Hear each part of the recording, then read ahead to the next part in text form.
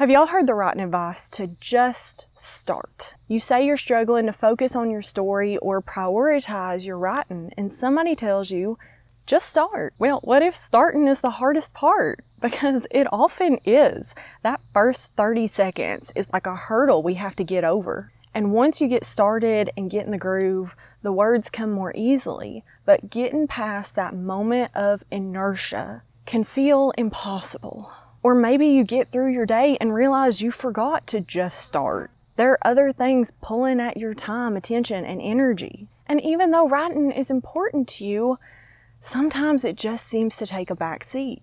There are things we can do to make it easier to start, so you're not relying on willpower and discipline alone. Let's conquer those first 30 seconds so we can get to the next 30 pages. But first of all, let's take a deep breath. You've made it to the writing woods. There's no pressure here, nobody telling you this is how you have to do things. We're all discovering our own sustainable, lifelong writing practice together. And if you haven't yet, head over to writingwoods.com to meet the other storytellers who are on this journey with you. We're having some wonderful discussions over there and celebrating each other's progress and growth. Because growth comes in all forms, and sometimes it is just starting, just writing that first word. When we're looking at getting over that hump and getting that first word of the day onto the page, or starting any activity, whether it's reading a book or going for a run, oftentimes the hardest part is that first 30 seconds. Just making that initial move toward doing the thing. We've got two choices for getting over that hump. Option one is to use raw willpower. We practice doing hard things, even when we don't feel like it. Count to 3 and just do it, whether it's starting your writing session or hopping in an ice bath. And that is not a bad strategy. It's a great thing to develop: willpower, discipline, the ability to get yourself moving. But it does take a lot of mental resources. Willpower is a finite resource. And if that is our only strategy, then we are burning a lot of mental energy, a lot of willpower unnecessarily. And that leaves us less energy for actually doing the thing, like writing. So that's why we also focus on a second strategy. And that is to make starting easier. To remove friction. We want that first movement toward our activity, toward our goal, to require less willpower. So how do we do that? One way is by manipulating our environment. Have you ever tried to train a dog?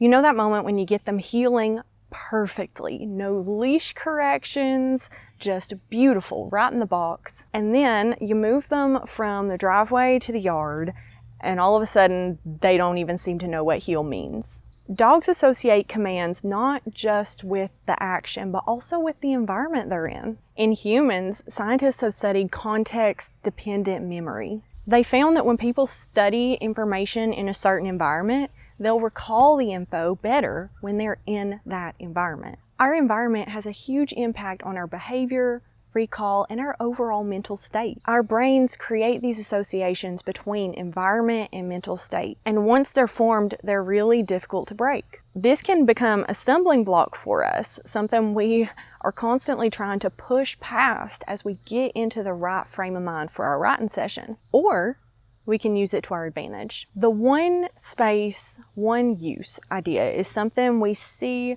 from folks like James Clear in Atomic Habits and Cal Newport in Deep Work. The idea that we have dedicated environments for specific tasks. For example, you might have your bed for sleep, desk for work, couch for relaxing. If you start taking your work into your bedroom, then you might find you have a hard time going to sleep at night, because your brain is associating the bedroom with not just sleep, but also work. Environments accumulate associations. The more activities a space serves, the weaker those associations become. And that's why one of the recommendations for getting better sleep is making sure your bed is only a place for sleep. The same is true for your workspace. If you use your desk for both work and gaming, then your brain doesn't know which mode to toggle on when you sit down at your desk. But by having only one activity for a particular space, the association between that activity and that environment is particularly strong. And that means stepping into that space automatically puts us in the frame of mind for doing that activity, reducing the friction to get started. Now, if you have the ability to have one room in your house for each activity that's important to you, that's amazing. Most of us don't. In Atomic Habits, Clear mentions a writer who uses a specific device for each activity. A laptop for writing, a phone for social media, a tablet for reading. So your digital environment also plays a part here. In this scenario, the writer's training their brain to associate opening their laptop with writing, not watching YouTube videos, not working on other projects, just writing. Now again, most of us probably don't have the money for a dedicated writing laptop. Maybe you could do this with a typewriter or a specific notebook if that fits your process. Personally, I prefer to use my laptop to write on most of the time. So my solution was to build a unique digital space. I wanted to transform my digital environment. Even though I was using the same device, I wanted it to feel different when I entered writing mode. So I wrote a script that when I press a shortcut, it changes my desktop wallpaper, enters a special focus mode, closes all my active apps and only opens Scrivener, and starts playing music that I associate with my writing session. So even though I'm on the same device, in the same environment of my home, I've entered a new digital writing space. And I'm hoping that over time, my brain starts building this connection, this association, so that when I hear this music, see this wallpaper, my brain goes, oh, it's time to write. If you're interested in the script, leave a comment for me and then join the community at writingwoods.com. I already shared my morning ritual script there, which prompts me to meditate, check my to-do list, and have a writing session. I'll be sharing this writing mode script and the shortcut soon. So these are a few ways to curate our environment, whether it's our actual physical environment or our digital environment. Basically, by curating our environment in this way, we are creating a cue for our brain to respond to. It's like Pavlov showing that dogs can be conditioned to salivate at the sound of a bell. We are conditioning our brains to switch to writing mode when we enter a certain environment, when we experience this cue. But curating our environment isn't the only way to create that connection. We can also condition our brain to respond to certain actions or behaviors. We can use a warm-up routine to create a consistent transition into writing and to make starting easier. I played softball my whole life growing up and through college, and I had a certain pump-up playlist I'd listen to before every game. I think a lot of athletes do. Then I'd have the same warm-up: stretch, dynamic movement, pass, BP. And for a long time, sports psychologists have studied these pre-performance routines and found that they help athletes reach basically an optimal performance state. How often do you see things like a basketball player dribbling exactly 3 times before a free throw, a tennis player bouncing the ball before serving? These routines are important. They clear distractions, direct attention, and create consistency. We can do the same thing for our writing practice. I asked our community what their writing rituals are, and some of the answers I got were meditate, have coffee, put on music, and read through yesterday's writing. What you choose for your warm-up routine is not important. The important thing is consistency. That's how we are building these connections. And we're really making that transition period, that first 30 seconds, when we start doing the thing, we're making that easier. One of the arguments for rituals like these comes from Newport in Deep Work, and he says that they reduce the cognitive effort of entering that deep work state. These kind of rituals eliminate decisions. Basically, we are automating the hardest part of the process, which is just getting started. If every time you sit down to write, you have to figure out which device you're using, which program you're opening, you'll feel bogged down by the time you ever write the first word. But if you have a routine, you're going through those first steps on autopilot. And then before you know it, you're writing. To make this process even more effective, you can use James Clear's habit stacking method. This is a technique he recommends for folks trying to build the consistency of positive habits. What you do is use something you already do consistently as a cue for the behavior you want to build. Drink a cup of coffee every morning. Use that as your cue for your writing session.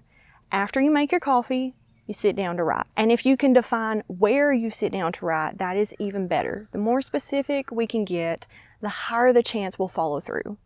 After I make my cup of coffee in the morning, I sit down at my desk to write. Now, to write is kind of a big ask. It's general, and it could mean write for an hour, write 50 pages. The smaller we can make that ask, the better.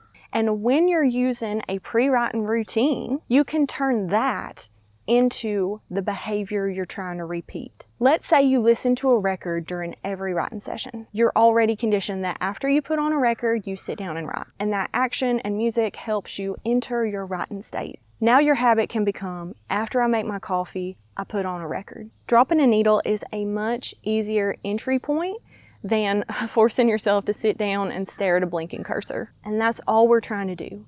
Make our entry into our writing session as easy, simple, and frictionless as possible. Because those first 30 seconds, that first movement is the hardest. And once you're in, words will flow. So just start isn't bad advice necessarily, but it ignores the fact that starting can be the hardest part. Many of us feel like we don't have the willpower or the discipline, or we must not want it enough. Otherwise, it wouldn't be so hard to sit down and get started. And we wouldn't make it through our whole day and realize we didn't do this thing that we're so passionate about. But the people who are consistent are not necessarily the ones who have the most willpower. They're the ones who arrange their lives in such a way that willpower isn't needed. They set things up so that there is as little friction as possible in beginning the activities that are important to them. Curate your environment so that each space has a single use, whether that means having a dedicated room just for writing or just changing your desktop background. Create a consistent pre-writing routine and then attach that to something you already do consistently. Make starting easier. Build cues that make writing the natural next step. Your goal isn't to become someone who has unlimited willpower. It's to build systems that require less. Managing your environment and creating these kinds of routines are simple ways to do just that. They require a little thought and intention up front, and then they make writing easier every single day.